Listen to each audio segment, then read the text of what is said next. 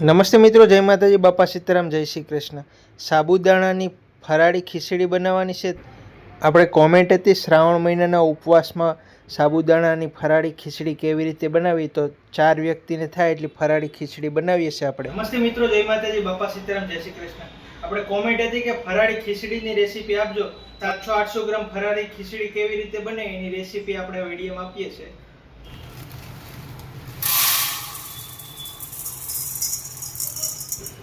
ખીચડી 800 ગ્રામથી વધારે બનશે। 200 ગ્રામ આપણે સાબુદાણા લીધા છે। સાબુદાણામાં 1 લીટર જેવું પાણી નાખીને એને ઓછા હાથે ધોઈ નાખવાના। સાબુદાણાને આવી રીતે ઘસીને ધોઈ નાખવાના, તૂટે નહીં। આમાં ઉપર પાવડરનો ભાગ હોય નીકળી જાય। એકવાર ધોઈ નાખવાનું, થોડું પાણી વધારે લેવાનું, પાણી બધું કાઢી નાખીએ।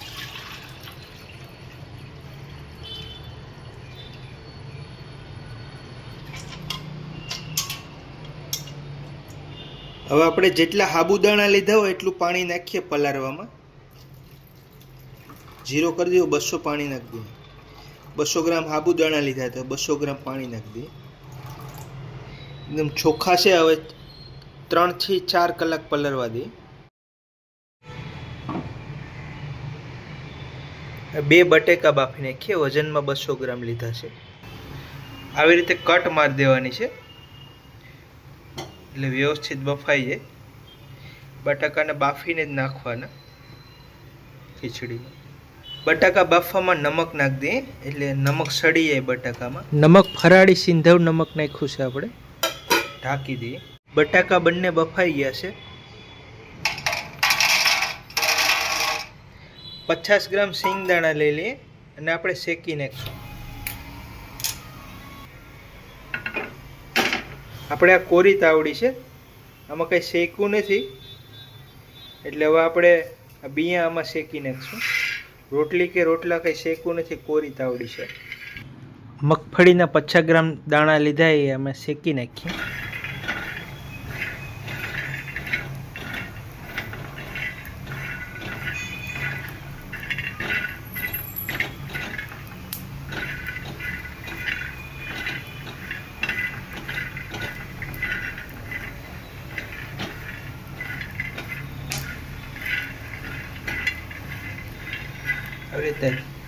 આવી રીતે તાવડીમાં મસ્ત સિંગદાણા શેકાઈ જાય। સિંગદાણા શેકીને થોડા ઠરવા દેવું, પછી એના ઉપરથી કોતરી ઉખડી જાય। હવે ગેસ બંધ કરી દે।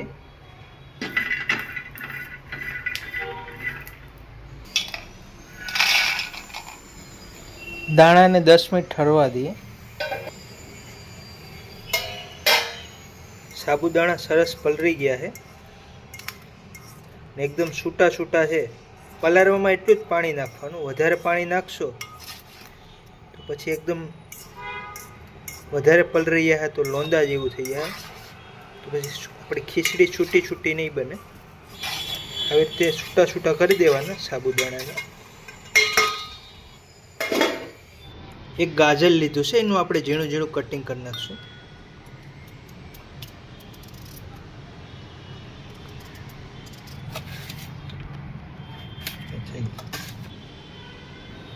બટાકા ફોલે બટાકાનું કટિંગ કરી નાખીશું। બાફેલા બટેટાને આવી રીતે કટિંગ કરી નાખીએ।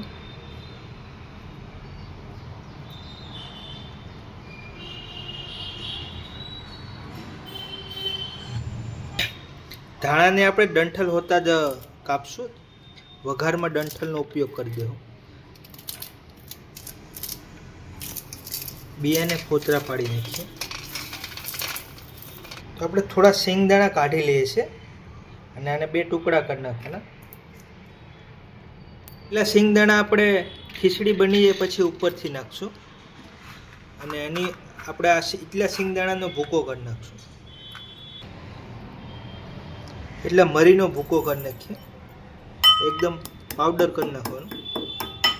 એટલા મરચાં છે, એટલા મરચાંની આપણે મિક્સરમાં પેસ્ટ કરી નાખશું। તમે જે રીતના તીખું ખાતા હોય એ રીતના મરચાં નાખવાના।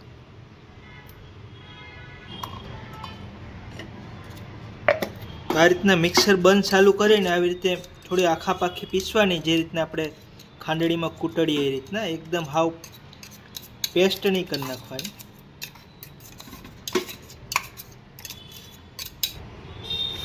સિંગદાણાને પીસી નાખીએ.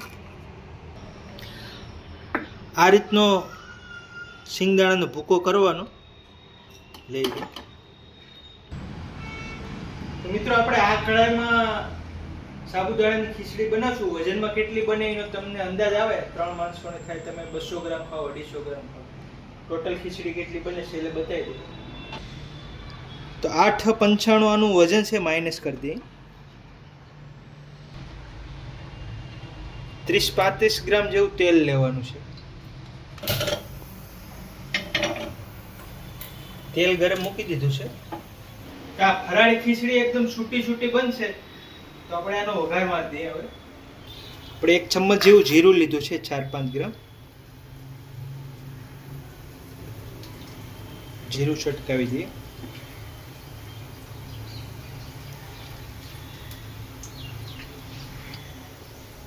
આ મીઠા લીમડાના પાન છે, એનો ટેસ્ટ મસ્ત આવશે, એ નાખી દઈએ. મરચાંની પેસ્ટ,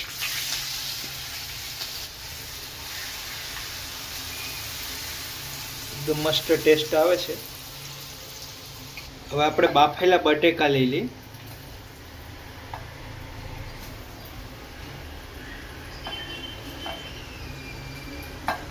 અને ગાજર પણ લઈ લઈએ.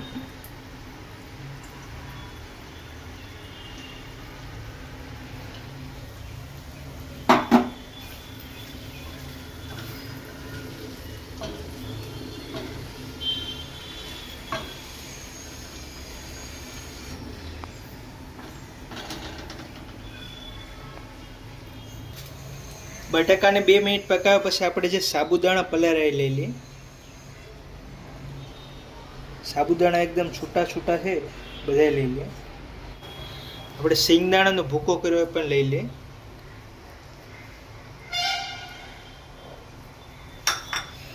મિત્રો આપણે બટાકા બાફવામાં થોડું નમક નાખ્યું હતું, એટલે બટાકામાં નમક આવી ગયું છે. પણ આ સિંગદાણા અને સાબુદાણા માટેનું નમક વઘારનું લઈ લઈએ. તો 3 ગ્રામ જેવું છે. પછી તમે ટેસ્ટ કરીને વધારે. અને આ સિંધવ ફરાળી નમક છે.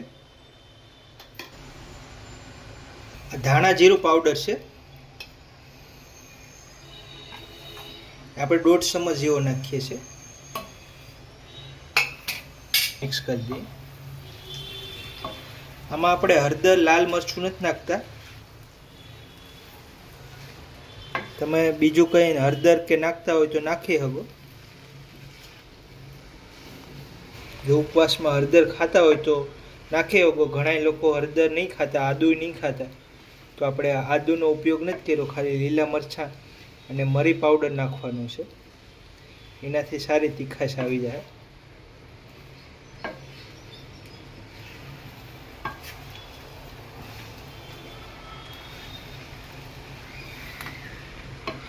એકદમ છૂટી છૂટી ખીચડી બને છે, તમે જોઈ શકો છો.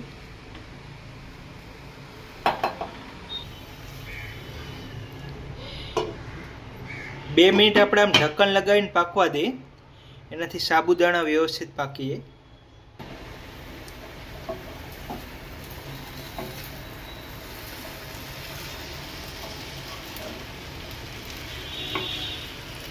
એક બે મિનિટ આવી રીતે ફેરવતું રહેવાનું.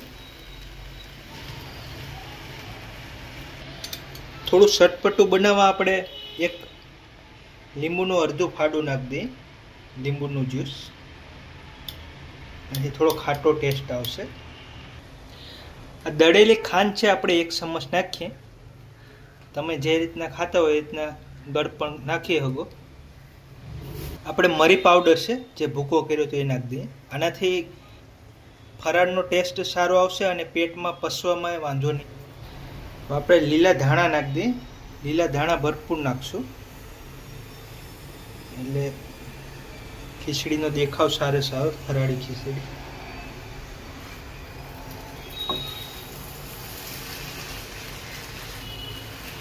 આવી રીતે નોનસ્ટિક વાસણમાં તમે વસ્તુ બનાવો તો તેલ પણ ઓછું જોહે અને નીચે તળિયે છોટવાની રામાયણે ઓછી રહે.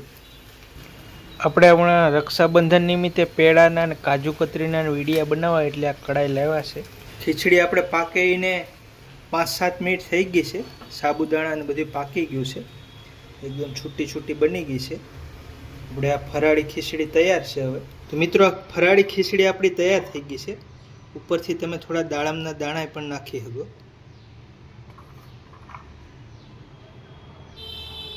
8 સનનું આપણું કઢાઈનું વજન માઇનસ કરી દઈએ.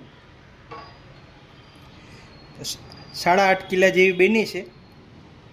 આમાંથી 3 વ્યક્તિ અને 4 વ્યક્તિ આરામથી ફરાળ થઈ જાય એટલી બની છે. એકદમ આ છૂટી છૂટી સાબુદાણાની ફરાળી ખીચડી બની ગઈ છે. એ સર્વ કરી દઈએ.